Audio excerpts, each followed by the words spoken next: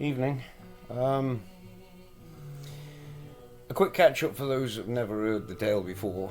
When I was early 20s, I had a very mystical experience. I went back where we all come from.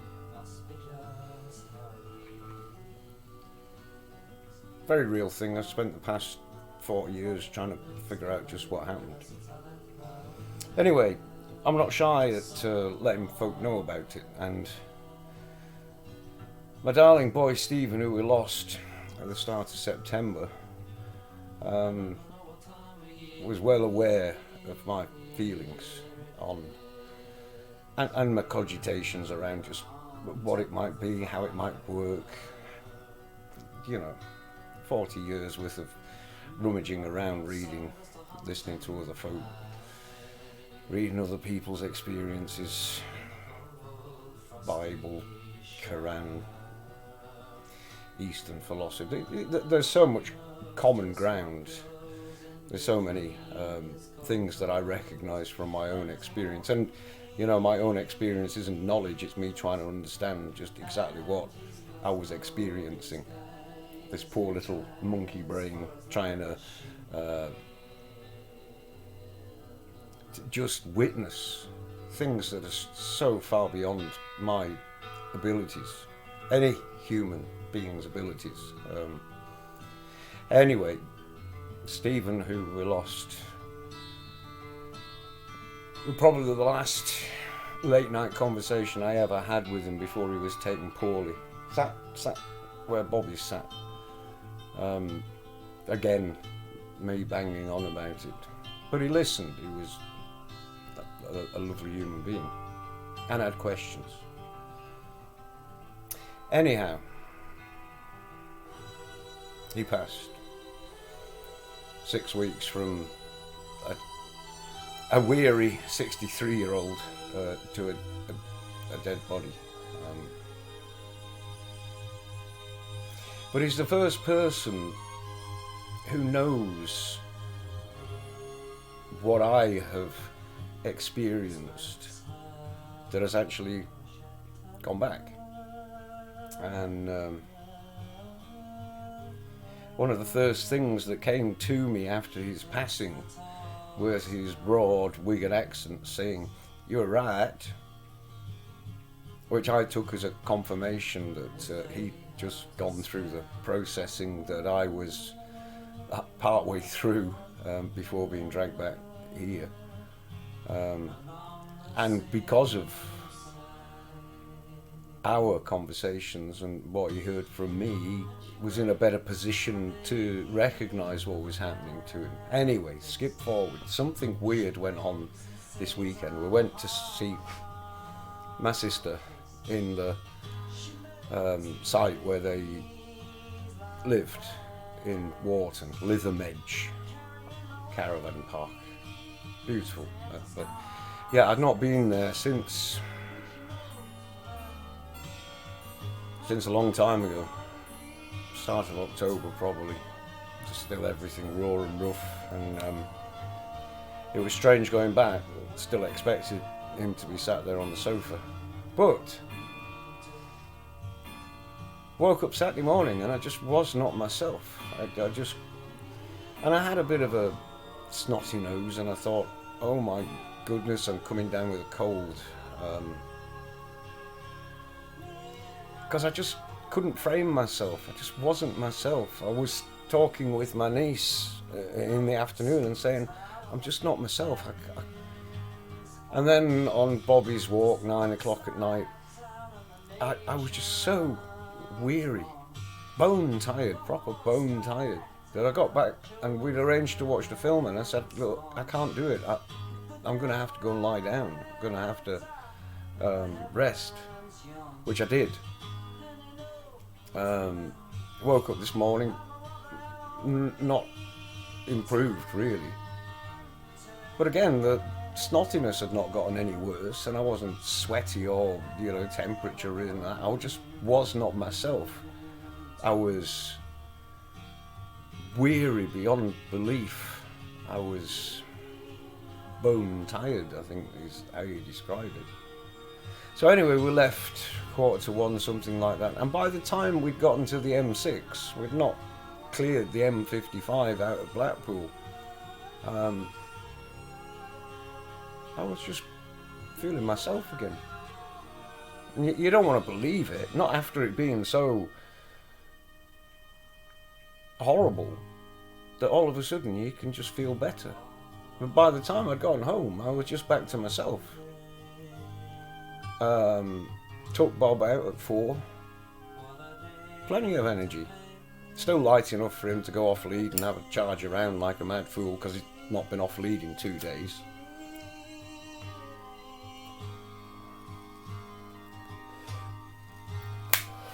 But started trying to compose a post to a friend on here, Gillian. And then it suddenly struck me that the only other times that I'd felt that way is when I'd sort of accidentally bumped into something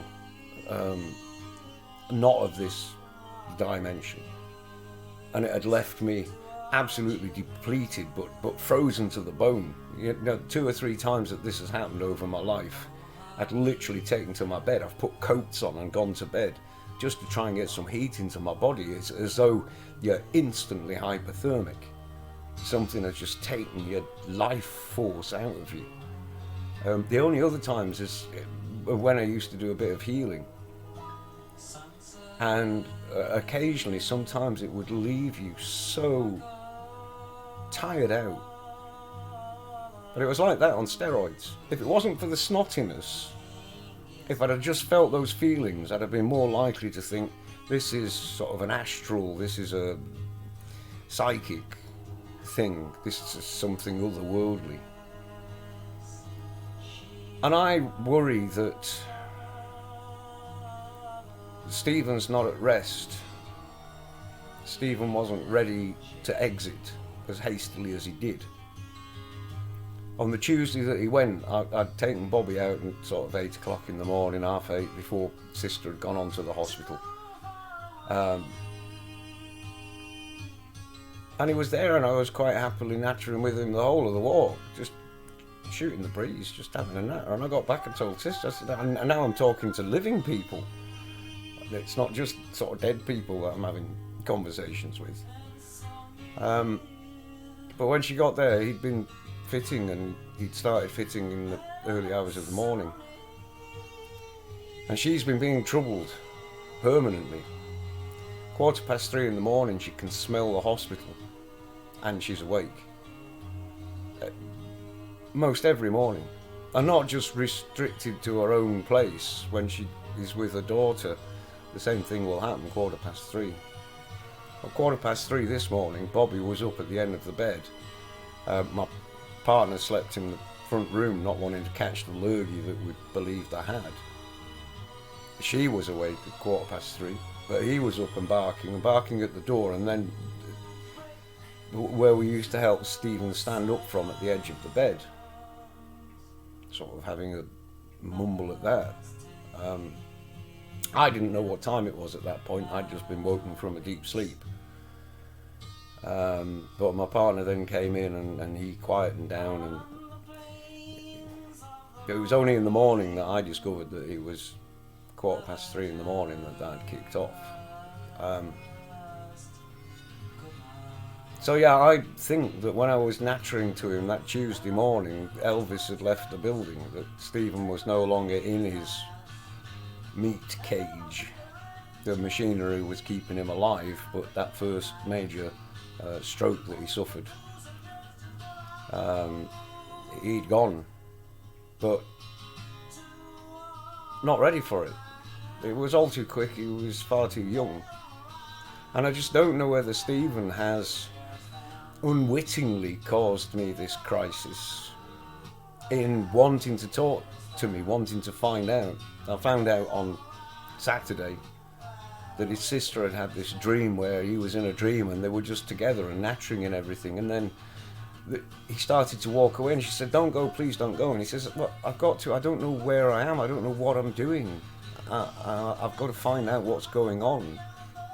and that was the end of her dream. And so, yeah, I don't know whether he's